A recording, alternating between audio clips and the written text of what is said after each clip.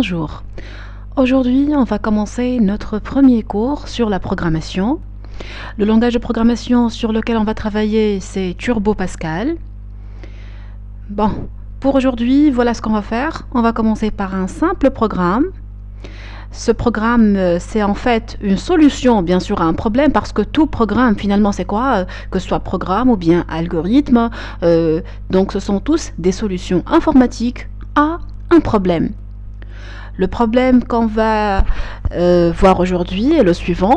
Supposons qu'on veut écrire un programme en Pascal qui permet de déterminer et calculer, bien sûr. Donc si je dis calculer, nécessairement il faut afficher la somme de deux entiers A et B saisis par l'utilisateur. Voilà. Donc le but final, c'est arriver à écrire un programme capable de calculer et afficher sur l'écran donc la valeur finale ou bien la valeur de la somme de deux entiers saisis par l'utilisateur. Bon, voilà ce qu'on va faire. Tout d'abord, je vous donne la structure générale d'un programme, puis on va développer par la suite chaque partie à part. C'est-à-dire la partie déclarative, là où on va déclarer les objets nécessaires à la résolution de notre problème, puis on verra par la suite les instructions qu'on va utiliser ou bien qui nous ramèneront à une solution finale qui nous permettront de résoudre le problème. Alors, tout programme en Pascal s'écrit comme ça. Donc, tout d'abord, on écrit program. Program, c'est un mot réservé à Pascal. Program. On écrit maintenant le nom du programme. Vous pouvez choisir n'importe quel nom. L'essentiel que ce nom soit composé donc par des chiffres et des lettres. Il doit commencer obligatoirement par une lettre. Il ne doit contenir aucun espace. De préférence, le nom du programme, donc de préférence, on donne un nom qui est significatif, c'est-à-dire qui est en rapport avec le problème. Si ici, notre but est de calculer une somme, donc je propose qu'on lui donne comme nom le nom somme. Alors, on aura ça donc, programme, somme. Maintenant, je vais mettre un point-virgule et je dirai à la fin pourquoi on a mis ce point-virgule. Maintenant, on va écrire cette instruction, uses WhenCRT, c'est une instruction nécessaire sans laquelle nous ne pouvons pas nous ne pouvons pas voir la fenêtre d'exécution de Pascal. Bon, maintenant je vais écrire un mot-clé, c'est le mot-clé var. C'est quoi var? Lorsqu'on va calculer la somme, normalement on aura besoin de deux objets. Ces deux objets, elles vont contenir deux valeurs, donc de type entier.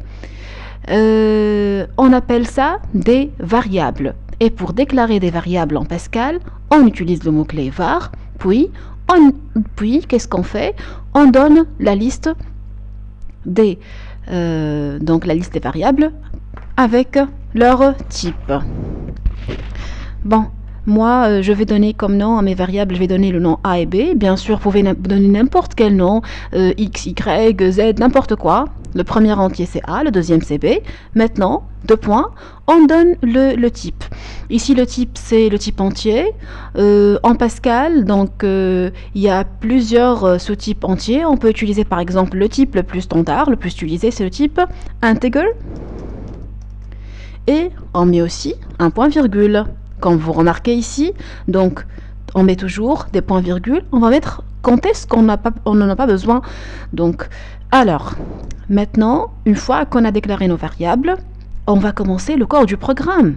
C'est quoi le corps du programme? C'est-à-dire l'ensemble des instructions nécessaires à la résolution du problème. Donc, par quoi commence le corps du programme? Par begin. Et là, on ne met rien devant begin, donc on ne met pas un point-virgule. Donc là, comme je viens de dire, on va mettre les instructions. Et quand on termine, qu'est-ce qu'on fait? On donne la dernière instruction qui est end, suivie par un point pour indiquer que c'est la fin du programme. Bon, qu'est-ce qu'on va mettre maintenant comme instruction? Donc, rappelons-nous que notre objectif, c'est de calculer la somme de deux entiers. Oui ou non? Oui. Mais ces entiers, d'où est-ce qu'ils proviennent? Ce sont des données telles que les valeurs seront saisies par l'utilisateur au moment de l'exécution. Donc, imaginons le scénario de l'exécution de ce programme. Normalement, dès qu'on exécute ce programme, on doit indiquer à l'utilisateur qu'il doit donner deux valeurs, une valeur pour A, une valeur pour B, bien sûr de type entier. Puis, une fois qu'il tape ces deux valeurs, on va calculer la somme et l'afficher sur l'écran. Donc, pour que l'utilisateur puisse donner les valeurs de A et B, on doit utiliser une opération qu'on appelle opération de lecture. Cette opération s'appelle en Pascal read, R-E-A-D, read. Maintenant, on met entre parenthèses le nom de la variable en question. Donc, on va lire la valeur de A, read A, puis on va lui demander de donner la valeur de B, read B. Maintenant, on va calculer la somme. Comment on va calculer la somme? Pour calculer la somme, c'est très simple. Il suffit d'écrire write A plus B. C'est une solution. Donc, soit on dit write A plus B et le programme affichera la somme directement, soit on peut utiliser également une troisième variable qu'on appellera S. Puis, qu'est-ce qu'on fait? On assigne à S ou bien on affecte à S la valeur A plus B, donc on lui affecte A plus B. On appelle cette opération une opération d'affectation, c'est-à-dire on va affecter la valeur de A plus B à la variable S. N'oublions pas le point-virgule. Maintenant, au lieu d'écrire write A plus B, tout simplement on peut écrire write S. Maintenant, qu'est-ce qu'on fait? Une fois que le programme est prêt, voilà ce que nous devons faire. Tout d'abord, on doit le compiler. Qu'est-ce que ça veut dire compiler un programme? Compiler un programme, c'est dire s'assurer qu'il n'y a aucune erreur syntaxique. Qu'est-ce qu'elle peut être, une erreur syntaxique? Par exemple, si on commet une erreur au niveau des mots réservés à Pascal, comme program, comme var, comme begin, etc. Une erreur de syntaxe peut être également lorsqu'on oublie par exemple les points-virgules à la fin de chaque instruction, lorsqu'on oublie le point pour le int, etc. Une erreur syntaxique peut se présenter aussi comme ça. Par exemple, si on utilise au niveau du programme une variable qu'on n'a pas donc si on utilise une variable, mais on oublie de la déclarer à ce niveau. Donc, ce sont tous des exemples d'erreurs syntaxiques. Alors, compilons le programme pour voir s'il contient des erreurs syntaxiques. On clique sur Compile, Compile. Alors, Successfully Completed, donc notre programme ne contient aucune erreur, c'est bon. On peut passer maintenant à l'exécution pour exécuter le programme. Voilà ce qu'on fait, on clique sur Run, Run. Alors, regardons maintenant comment on va exécuter le programme. Vous voyez ce premier tiret qui clignote? Ça indique quoi? Ça indique qu'on doit taper la valeur de A. Parce qu'on a ici read A. Donc, ici, je mets la valeur de A. Voilà, c'est 4. Et je tape la touche Entrée. De nouveau, le curseur clignote. C'est pour permettre de donner la valeur de B. Alors, en tapant, par exemple, je peux choisir 6. Donc, je tape 6 et je tape Entrée. Et voilà, la somme est affichée directement. C'est 10. 4 plus 6, ce n'est que 10. Voilà, donc, on a pu écrire un programme qui satisfait nos besoins. Mais, j'ai donc une recommandation, ou bien, donc, c'est quoi?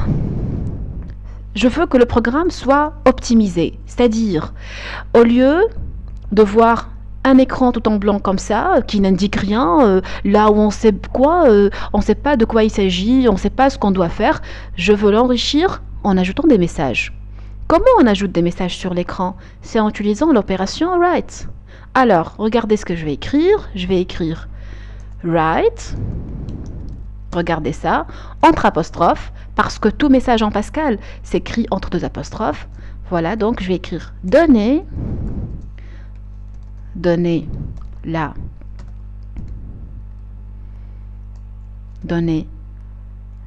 la valeur du premier entier. Vous voyez, on peut rajouter 2 points, voilà. On ferme la parenthèse et on met un point virgule. Donc l'apostrophe doit se situer ici dès qu'on termine le message qu'on veut afficher à l'écran. Donc voilà normalement ce qui se passe. Run. Donner la valeur du premier entier. Je donne une valeur, par exemple 3. Maintenant, le curseur clignote de nouveau pour donner une valeur pour B. Donc, regardez, je vais encore optimiser cette partie. Donc, avant d'écrire read B, je vais réécrire ce même message afin que ça nous permet donc de savoir qu'il s'agit de donner la valeur de B lorsque le curseur clignote à ce niveau. Bon, donc, je vais réutiliser cette instruction. Voilà ce que je vais écrire. Donc, write. Donner la valeur, maintenant c'est pas du premier entier, mais plutôt du deuxième entier. Du deuxième entier. Maintenant, réexécutons le programme. Regardez, maintenant il est plus significatif, il est plus simple, on sait bien de quoi il s'agit, on peut dire qu'on est guidé par des messages. Donner la valeur du premier entier, je vais dire 4. Donner la valeur du deuxième entier, je vais dire par exemple 8, et voilà, ça affiche 12. 12, ce n'est que la somme. Bon, je vais encore l'enrichir davantage. Au lieu d'écrire write s tout simplement, regardez ce que je vais écrire. Write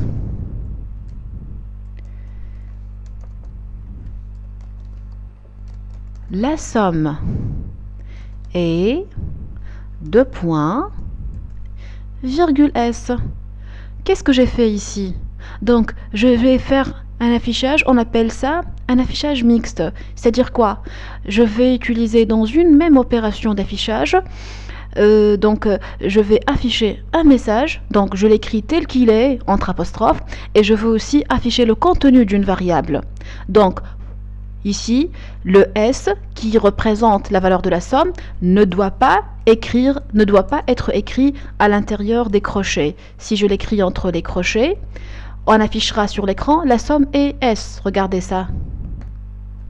Par exemple, je donne n'importe quelle valeur, regardez, ça donne la somme est S. Donc là, voilà ce qu'on va faire. Donc S, ce n'est pas un texte qu'on va afficher à l'écran tel qu'il est. Non, S, ça représente le contenu d'une variable. Donc voilà ce qu'on fait.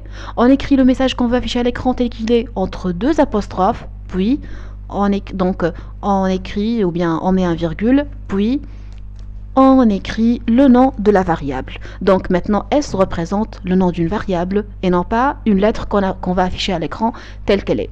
Voilà donc, réexécutons maintenant le programme. Donner la valeur du premier entier, 5. Donner la valeur du deuxième entier, par exemple 12. La somme est 17. Maintenant, notre programme est bien lisible. On peut l'utiliser par n'importe quelle personne, même par une personne qui ne connaît pas la programmation. Elle peut utiliser le fichier exécutable et calculer cette somme. Voilà donc, c'est ça notre premier programme en Pascal. On a utilisé un problème assez simple. Le but, c'est de montrer comment on utilise des objets. Qu'est-ce que ça veut dire donc les objets pour pouvoir résoudre un problème?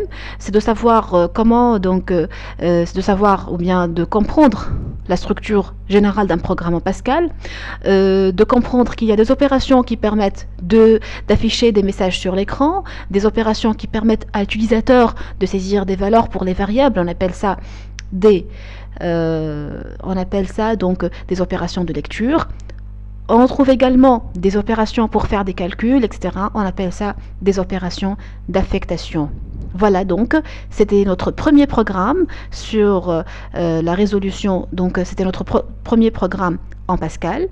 Dans la prochaine vidéo, on va s'intéresser à l'étude de cette partie. Cette partie qu'on appelle la partie déclarative. C'est là où on déclare les objets. Donc, on va voir les différents types d'objets, à quoi servent ces objets et dans quel type de mémoire seront conservées les valeurs de ces objets.